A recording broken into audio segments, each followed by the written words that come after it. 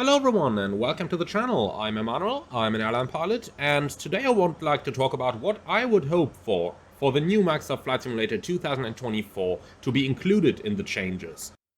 Before we start this video, I'd like to ask you to pause it right here and write down for me what do you think should be in the new simulator? What changes and enhancement to the world should there be? So just take a moment to pause it, and when you're done, then continue with the video to see what I would like to see.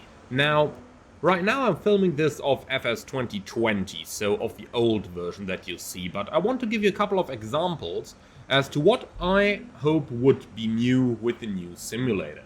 So why don't we start straight away? And the first one we actually see straight away in our sim right here as I'm recording. If we go to the outside view for a second, let's have a look at the clouds and the different cloud formations that we see. As you can see right now, there's, well, rather limited cloud coverage, but I want to show you a couple of photos I took when flying in the real world to show you some of the differences. Like, this is a light cloud coverage, so to say. And now let's head over and have a look into some real photos that I took to show you how much more diverse the real skies are. And I want to start with this one, which I took over Paris, and have a good look into the clouds and the cloud formations and the sizes of the clouds, most importantly. So we can see that we've got, well, a lot of very small clouds in certain banks over here, and that is a typical coverage for when the meta reports few clouds. In the simulator, you can see that clouds are typically much bigger than this, so just compare this and compare the different sizes. And yes, I am aware that the sim does give you different cloud sizes from time to time, but you will just see that overall, comparing real life with the simulator is really different. Let's have a look into the second picture there, which is from a similar scenario. This one is taken while flying overhead Jordan, and you can once again see that clouds typically are much smaller than what you see inside the simulator. Now let's go ahead and go through a couple more pictures to show you some more diverse looking skies, which our sim is just not able to predict. So this is actually a clear sky cavalcade day. And you will see that we have superb visibility, just like we normally have right inside our simulator. Just look at that and look at how far we can look. However, that is a photo which I took during a very clear day. And that is not what it normally looks like when you're flying. Normally, things are a lot more hazy. Now, if we look at this over Jordan, we can already see visibility isn't that good. Like, on the ground you can only make out things roundabout until here, so roundabout until the middle of the picture, and thereafter things just get too hazy to recognize something. The same if we look at the shot of Paris once more, where we can see Paris, but then the ground really starts to get hard to make out. So that's really something. In real life, the simulator tends to be, well, it just doesn't seem to have any upper level visibility restrictions. So, you know, in the sim, you can always look all the way until the actual horizon. In real life, that is usually not the case. Let's go ahead with another picture, which is going to be this one, which is just a typical overcast. And look at how all those lines in the clouds and all those structures that you can see in there. Again, something that the sim does not really present to us at all. Here's another example of overcast coverage that we encountered while flying over at some hills. And you can see how there are some really nice contours in here with the, where you can see where the wind going over the hills has elevated them a little bit and where not. So that's once again something that in our simulator at the moment we just cannot see. Let's go one further. What can you see on here? Well, cirrus clouds.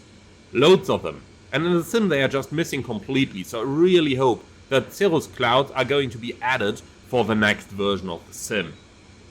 If we go further, here's one more. And in here we can actually see a little bit of a mixture of a stratus cloud, which is also missing in the sim, and some cirrus clouds that we can see up there. Once again, in Maxar Flight Simulator we only know cumulus clouds and nothing else.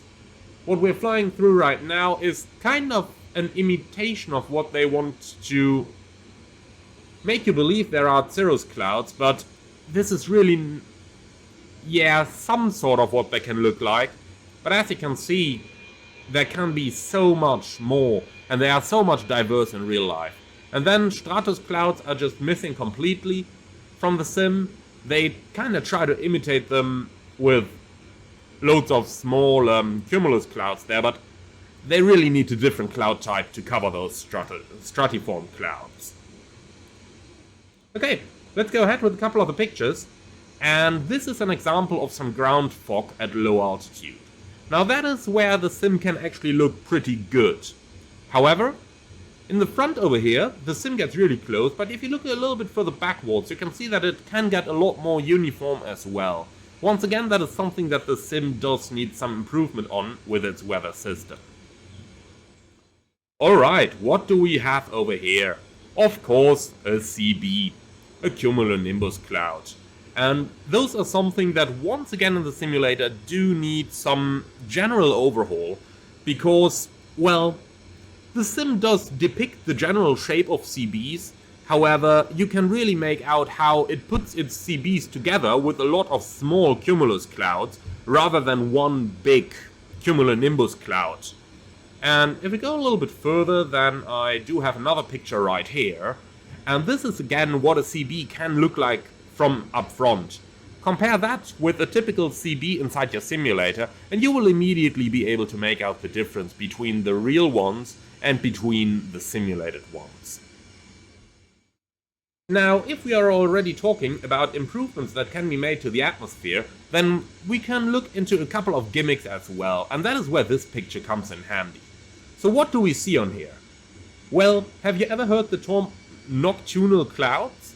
Because that is effectively what this is. The picture is taken at flight level 380 on round about a May or June day at a rather northerly latitude. And those clouds that we can see up here, they appear at round about 80 to 120 kilometers of altitude. So you're flying along at cruise, you're looking up, and you get those incredible clouds that look like as if you were still on the ground, but you're at cruising flight level. Science has not yet been able to determine the exact origin of those clouds. There are two main arguments that say either, well, they are made out of stardust that is reflecting the sunlight, or it might be water moisture, but nobody can really explain how moisture would get up to between 80 and 120 kilometers of altitude. While the normal limit for weather, depending on your latitude, is between 8 and 16 kilometers. In any case, those are formed when the sun has already set beyond the horizon and the sun rays go up into the atmosphere and then they reflect off something, and that is what you see, and that is called nocturnal clouds. A really impressive phenomena that I would love to see in the sim just to give you a little bit more diverse appearance. It happens usually in spring and early summer only, and in other times of the year you cannot really see those. Obviously what would be really cool as well would be the Aurora Borealis, or the Northern Lights as they are typically called. Unfortunately I don't have a photo to show you what they look like, but I'm sure that most of you have seen pictures of them anyway. So, that is pretty much the changes I would like to see to the sky. Obviously, it would be cool if we had things like mountain waves showing and stuff like that. Unfortunately, we don't have those in the simulator yet, but at least some basic improvements there in the types of clouds that are available and in the pattern at which the clouds that we already have form would be really, really appreciated. Okay, going on from there. Another change that I would surely like to see is the flight dynamics. First of all, turbulence handling in the aircraft, it is getting better, it has gotten better, but recently they kind of messed up the realistic clouds, or sorry, the realistic turbulence option once again, and that we now get some thermals that are really, really strong, and to which the airplane reacts a lot stronger than you would suspect. So that is once again something I would like to see them change. And obviously the next thing there is the aircraft handling when you are close to the ground. So in flight simulation people typically call it a ground effect, but it's really not only that. When you land an airliner, then you pull off the power and you can feel how the airplane is dropping closer to the ground. Because look at the angle at which the airplane is sitting there in the air. You can see there is a positive angle, a positive pitch, and that means if the engines are pointing slightly upwards as well, there is a vertical component in the thrust that kinda acts as lift. And when that is pulled off, you can really feel the airplane dropping down. Of course, that is exaggerated by the typical human feeling that when you're decelerating you would be descending, so that obviously plays into it, but there is an actual effect in there as well, in that you can control your rate of descent really, really nicely when you're approaching the ground. And that is something that's just missing in the sim right now. Also, aircraft either really tend to float or tend to just fall down at all. I'm not going to say which is which, but you can kind of imagine it. And that is something that I would really like to see changed there as well. So that's just about another point.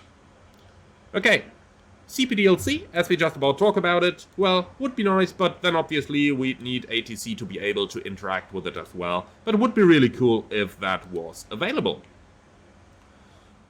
Okay, so ATC, well, that is something, by the way, that I saw a lot of you guys talk about, but I do just not believe that doing a realistic ATC is possible at all.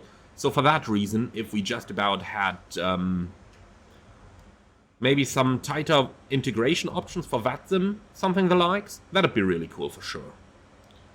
Okay, in any case, something that I would like to see as well would be improved ground physics. So you can easily notice how aircraft can easily, well, lose your speed in turns, and how in total they just don't feel very nice when you are taxiing an aircraft. The loss of energy as you are decelerating is something that is really a point for me, and then just the overall behavior.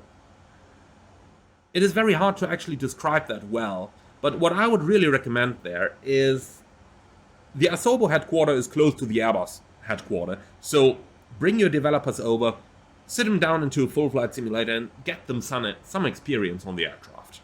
That would really be great in order to enhance what the simulator feels like. Finally, there is one last point that I would like to point out, and that is the availability of charts. Now, I know you guys at Asobo have contracts for nav data with NavBlue, but why don't you expand them towards charts as well? That'd be really, really cool. Now, obviously, Navigraph has a superb product currently available, and Navigraph really has a superb product available, which we have in several different EFBs and stuff like that. And I can really recommend anybody who doesn't have it to get yourself a Navigraph subscription, because it is really going to enhance your experience. And that is not just with en route charts that make it very easy for you to determine, like, well, where is my next FIR going to be? Where is my next next ADC going to be when you're flying online? But also for other reasons, like for example, you have airport briefings, you have taxi charts, and those really make your life a lot easier. If those could be integrated into the base sim, it would be superb. Otherwise, Navigraph has a superb product that I can absolutely recommend you to get.